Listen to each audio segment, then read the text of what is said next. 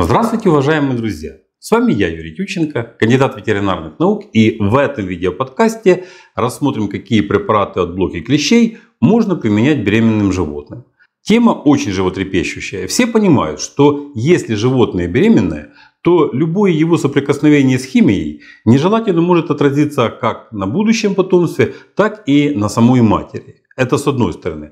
А с другой стороны, если на беременном животном завелись блохи, то избавить животное от блох и провести обработку все равно надо. И от выбора препаратов никуда не деться. Многие владельцы собак в таких случаях пытаются обрабатывать препаратами, которые изготовлены на натуральной основе. Я не буду сейчас касаться токсикологических свойств этих препаратов. Этот вопрос я рассмотрю в одном из своих последующих видеороликов. Не все так просто, как кажется на первый взгляд.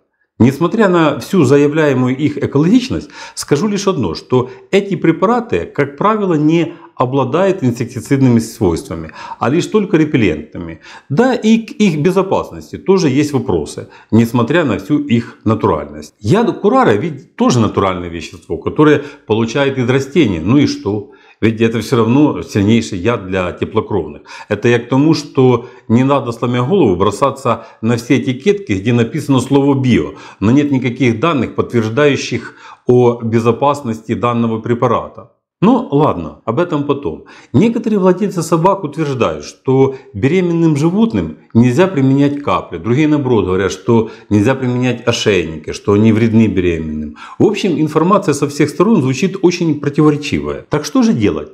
Как разобраться в изобилии препаратов и выбрать для своего любимца наиболее безопасный препарат? Тем более, что здесь существует много информации, которая не соответствует действительности, но успешно тиражируется и люди ей охотно верят. Объясню, почему в этом вопросе много неясностей, а иногда и просто путаницы. Так вот, смотрите, ситуация здесь следующая.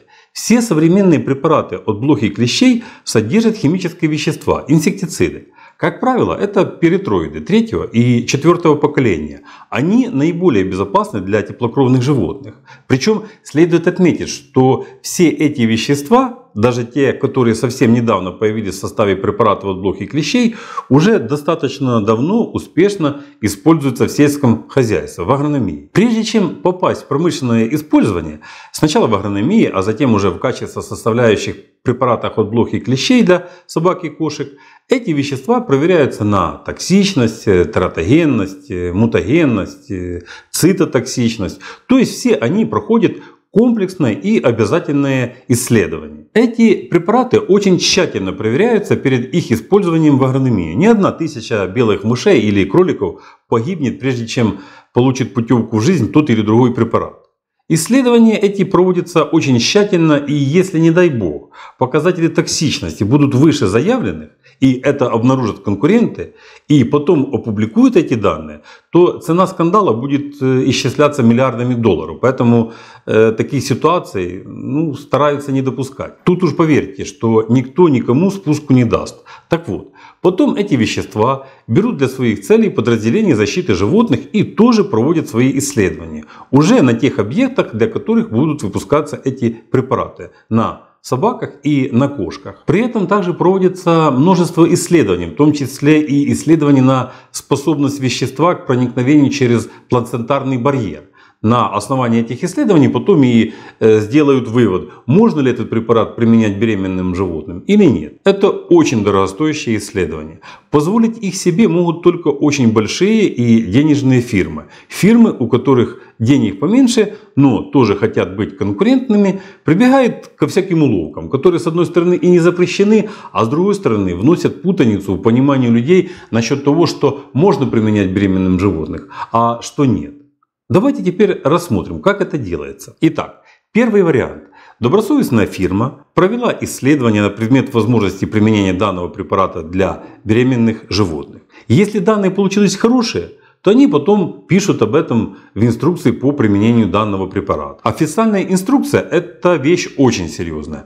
Она утверждается уполномоченным государственным сертифицирующим органом. Как правило, это делает Национальная ветеринарная служба страны. И если нет данных об этих исследованиях, то никто не утвердит такую инструкцию. Но если в официальной инструкции написано, что препарат разрешено применять беременным животным, то это значит, что производитель берет на себя железобетонные обязательства, что это можно делать. Теперь рассмотрим второй вариант. В этом случае производитель, чтобы сэкономить деньги и не проводить дорогостоящие испытания, берет в основу данные, полученные при первоначальном тестировании этого препарата на мышах или кроликах. Но на собаках эти исследования не проводят. Исходя из того, что раз у кроликов или крыс ничего плохого не заметили, то по идее у собак и кошек тоже ничего не должно быть плохого. И они пишут такое утверждение, что использование препарата во время беременности может принять ветврач, исходя из оценки риска. И это решение должно быть основано на необходимости лечения, так как при исследовании на крысах и кроликах не было установлено никакого отрицательного эффекта. Вот так. Это значит, что производитель в данном случае хочет переложить все возможные риски на ветврача. То есть мы же вас не принуждали это делать, вы же сами приняли такое решение, исходя из текущей ситуации. В принципе, это нормально. Врач очень часто стоит перед проблемой выбора, куда деваться, на то он и врач. Но скажите, а какой смысл ветврачу брать на себя в этом случае ответственность, если полно препаратов, которые официально разрешены применять при беременности без всякого на то риска? В этом случае может еще встретиться такая формулировка, что данный препарат применяется по жизненным показаниям, по рекомендации ветеринарного врача. Ну типа применение данного препарата при беременности и не очень хорошо. Ну если очень надо, то можно. Это тоже очень красивая формулировка, позволяющая потом сказать: ну мы же вас об этом предупреждали, вы же сами приняли такое решение. В принципе, исходя из личного опыта, я согласен с тем, что какие-то экстраординарные случаи встречаются не так уже и часто. И не всегда можно даже указать, что эти случаи связаны именно с каким-то действием препарата. Но если препарат применили и при этом возникли неприятности, непонятно от чего, то это всегда неприятность для того, кто принял решение о применении препарата. Поэтому фирмы страхуют себя от возможных неприятностей. Такая ситуация наблюдается не только даже не потому, что фирмы хотят любой ценой сэкономить деньги, а это еще возможно и потому, что исследования на предмет возможности применения препарата больным животным не только очень дорогостоящие, но они занимают очень много времени. Эти исследования проводятся годами на многих поколениях животных. Поэтому очень часто так бывает, что происходит 3-5 лет после выпуска препарата на рынок, и только потом в инструкцию вносят изменения, что препарат можно применять для беременных животных, когда уже получили такие данные. И, наконец, третий вариант. Сама по себе технология производства препаратов от блох и клещей относительно несложная. Берется действующее вещество, а его, грубо говоря, можно привезти из Китая в канистре, потом доводится это вещество до нужной концентрации и дальше расфасовывается в ампулы. Да, для изготовления качественного препарата от блох и клещей надо не только действующее вещество, надо еще много других компонентов, чтобы это вещество действовало не один день или два, а чтобы это вещество было эффективно в течение длительного срока. Потом надо провести испытания этого препарата согласно всех требований, составить технологическую документацию, зарегистрировать его потом в государственных органах. Кто-то это делает хорошо, кто-то не очень, а кто-то вообще колотит непонятно что и продает это потом без всяких регистраций и контролей. Причем продают это иногда под собственным названием, а иногда маскируясь под известные бренды, то есть делают подделку. По большому счету инструкция в этом случае это просто Филькина грамота. Вот поэтому, принимая во внимание все три варианта, и наблюдается очень много противоречивой информации о применении препаратов от блох и клещей для беременных животных. Зная все это, вы теперь можете уже самостоятельно выбрать препарат для обработки беременных животных. Суммируем все вышесказанное. Правил выбора препаратов для беременных животных от блох и клещей немного, всего 3. Первое правило. Выбирайте производителя, которому доверяете, и обязательно смотрите наставления по применению препарата.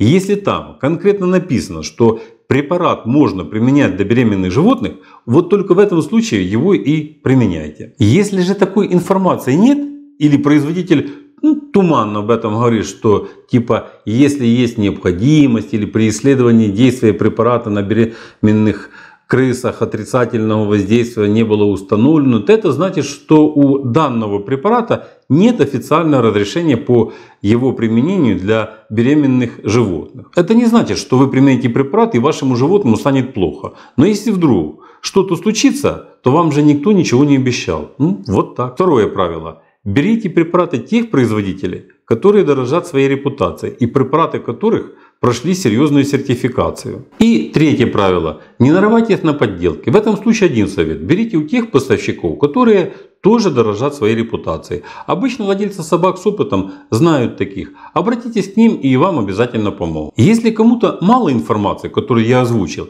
и они жаждут услышать все-таки конкретные препараты, вот, пожалуйста, это NexGard Spectra, Frontline NexGard, Advantage, Bravecto, Scalibor, Advocat. Препараты, которые можно применять, но под контролем ветврача, это Practic, Харц. В принципе, можно перечислять и дальше, но я не вижу смысла это дальше делать. Читайте инструкцию по применению препарата. Притом перечитывайте инструкцию всякий раз, когда собираетесь применить тот или другой препарат. Ведь очень часто бывает так, что препараты перекупаются другими фирмами, и название товара остается, но состав действующих веществ меняется. Поэтому не ленитесь перечитывать инструкцию. А пока всего вам доброго, здоровья вам и вашим любимцам, подписывайтесь на наш канал и до новых встреч!